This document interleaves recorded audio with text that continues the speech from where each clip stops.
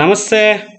Welcome to మా YouTube channel. నేను మీ నందీష్. మన జతలో రేపు మ్యాచ్ ఈ పది మ్యాచ్ ప్రివ్యూస్ కి ఎక్స్పర్ట్స్ ఉండారు.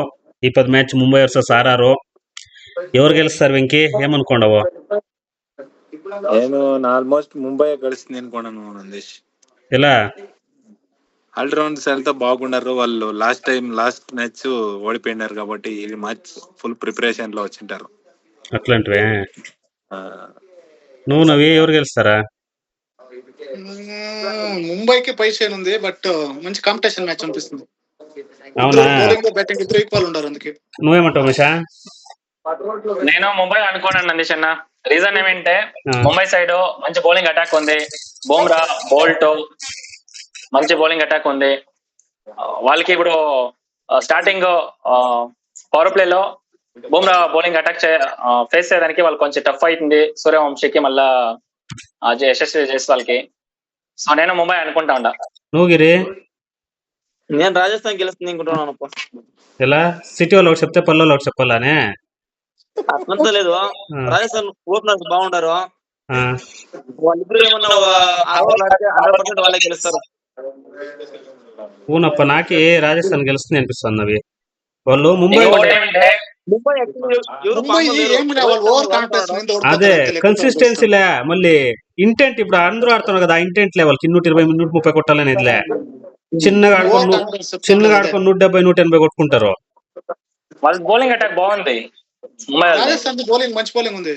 వెంకీ నీ వీడియోనే కనిపిస్తా ఉండలేదు. స్ట్రక్ అయిపోయినారు అప్పటి ఇంకా. అప్పుడే కట్ చేయండి. ఇప్పుడు అట్లే స్ట్రక్ అయిపోయినారు. గువాహటి పిచ్ వచ్చి బౌలర్లకి మంచిగా ఆర్చర్, బర్గర్, జడేజా, మన దేశ్ పాండే బాగా ఆడితే, సందీప్ శర్మ, బిష్నోయ్ మంచి బౌలింగ్ ఉంది. వీళ్ళది బౌలింగ్ ఉన్నవి. బుమ్రా, బోల్ట్ చెప్తాను కాంపిటీషన్.